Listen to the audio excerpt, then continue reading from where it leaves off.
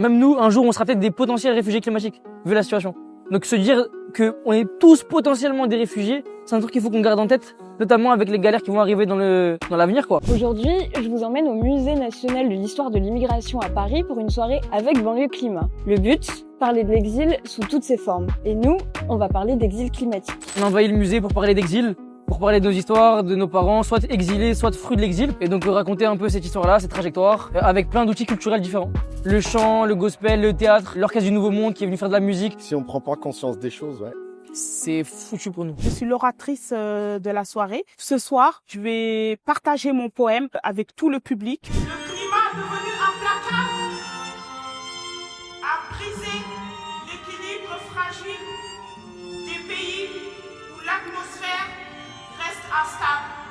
J'ai pensé à une histoire d'un jeune qui a quitté son pays, le Tchad, à cause de la sécheresse, c'est-à-dire qu'il habitait dans un village où il pouvait plus se nourrir, où il y avait plus d'eau. Le réchauffement climatique l'a forcé à quitter cet endroit et il s'est retrouvé en France après 2 mois de périple très difficile pour lui. C'est son histoire avec l'histoire de beaucoup d'autres migrants aussi. Voilà, c'est l'histoire aussi un peu de mes parents. C'est vraiment écrit avec le cœur pour toutes ces personnes qui ont quitté leur pays, qui ont quitté un territoire pour avoir une vie meilleure. Avec l'équipe de Banlieue Climat, on va se battre, on aura participé à quelque chose pour l'humain.